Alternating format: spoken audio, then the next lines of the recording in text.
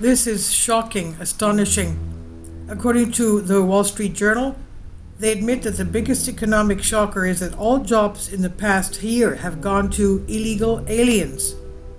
And we can see that this is shown in the graphs. Stunning statistic.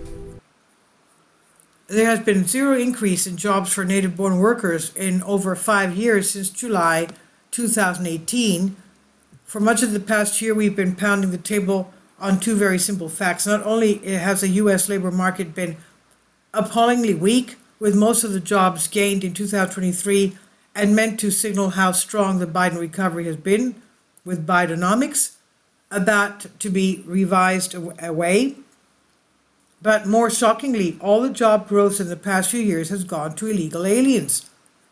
And he says they first pointed out this more than a year ago. Since then, they noticed routinely repeated again and again and again, yet even though they made it abundantly clear what was happening, so far as to point out the specific immigration loophole, illegals were used to work in the U.S. for up to 5 years. And they said, we have all new jobs since 2018. Why have they all gone to foreign-born workers, immigrants, that is? Because you can be an illegal immigrant in deportation proceedings, not to mention anyone seeking asylum, and get authorization to work in the U.S. for up to 5 years, and no questions asked. And even fact-checking the senile, ballot-harvesting White House occupant or multiple occasions. Number one, prices have never been higher and are starting to accelerate to the upside again. Number two, all the jobs created in the past year have been part-time. Number three, there has been zero job growth for native-born Americans since 2018. All jobs have gone to immigrants, mostly illegals. We were shocked at the topic of most, if not all, U.S. jobs going to illegals was still not the biggest political talking point of all, right? So it's about to change because with just under 5 months left until the election and with immigration by far the hottest political topic out there, others are finally starting to connect the dots laid out more than a year ago. The first Wall Street analyst during that point pointed out that the employment emperor was quote-unquote naked in Standard Chartered global head of macro, Stephen Englander, who in a note titled simply enough, Immigration Leading to Labor Market Surge.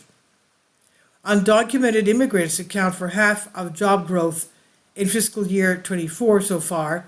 The actual number is far higher, but we understand his initial conservatism, and adds that asylum seekers and humanitarian parolees explain the surge in undocumented immigrants before concluding that the continued rise in EAD approvals likely will extend short employment growth in 2024.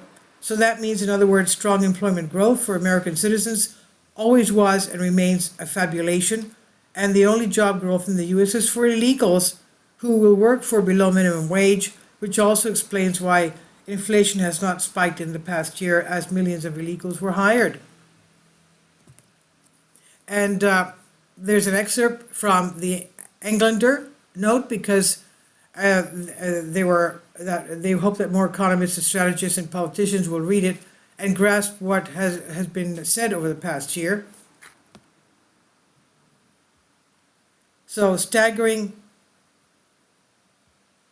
political reasons behind the propaganda misrepresenting the U.S. jobs market is simple. After all, in any election year, it's imperative that the Biden economy be portrayed as glowingly as possible, even if it means it's not true. So what's going to happen about this? Let's see. Again, it means that we're stripping away 100,000 statistical jobs from 230,000 monthly payroll numbers, and then removing the 109,000 illegal alien workers. The number of jobs added by ordinary, legal, native-born Americans in the past year has been more or less zero.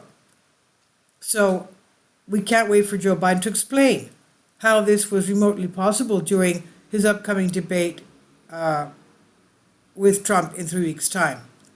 And this is on Zero Hedge by Tyler Durden. Please leave your comments. Thank you for your support. Support my Patreon account, the daily posts are 5 videos daily, and they are totally different from what I have on my YouTube channel. Thank you so much for your support and that you find all my content so interesting. You'll find the Patreon account details in the description box below.